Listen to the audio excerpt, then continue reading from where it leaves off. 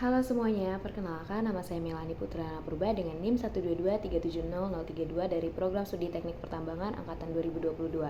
Di sini saya akan menjelaskan materi yang telah disampaikan oleh Pak Rahmat Fadilah, STMT, selaku dosen dari pengantar estimasi sumber daya. Nah, seperti yang kita ketahui, estimasi adalah proses untuk mendapatkan perkiraan atau prediksi dalam rentang batas tertentu. Pada perencanaan tambang, ada beberapa hal yang perlu dipertimbangkan, yaitu yang pertama ada kedalaman dan karakteristik overburden, yang kedua ada mineralisasi atau penyebaran mineralisasi, yang ketiga ada sifat pengendapan atau batas endapan, dan yang terakhir adalah karakteristik kontinuitas atau batas endapan dalam geologi.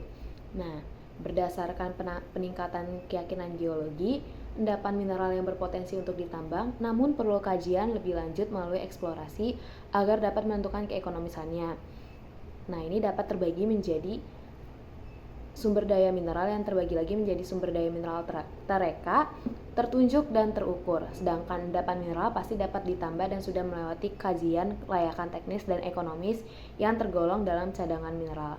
Adapun pertimbangan faktor dari penambangan sendiri yaitu yang pertama ada metode, yang kedua ada parameter estimasi, yang ketiga ada pemodelan, yang keempat ada jumlah dan klasifikasi sumber daya, dan yang kelima ada pernyataan kompeten person. Pada cadangan mineral ini dapat terbagi menjadi cadangan mineral terkira dan terbukti. Cadangan mineral terbukti untuk mengetahui keadaan endapan di bawah permukaan bumi dapat dilakukan proses pengeboran. Terdapat 3 jenis pengeboran yang dapat dilakukan. Yang pertama ada fulcring.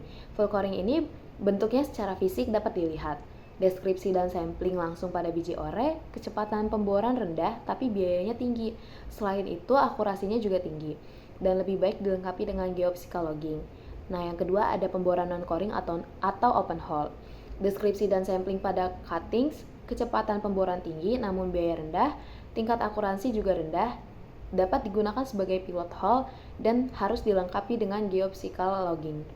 Sedangkan yang ketiga, ada pemboran touch coring dengan deskripsi batuan sampling pada cutting, kecepatan pemboran sedang sampai tinggi, dan biaya yang digunakan juga sedang sampai rendah. Selain itu, tingkat akurasi pada pemboran ini cukup baik. Sampel dapat berupa dan lebih baik dilengkapi dengan geophysical logging.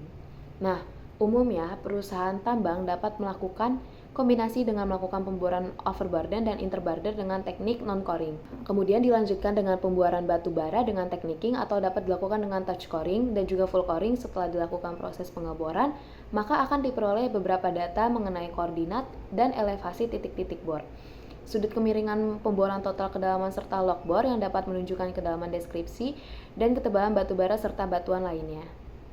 Sekian penjelasan dari saya, kurang lebihnya mohon maaf. Terima kasih. Bye-bye.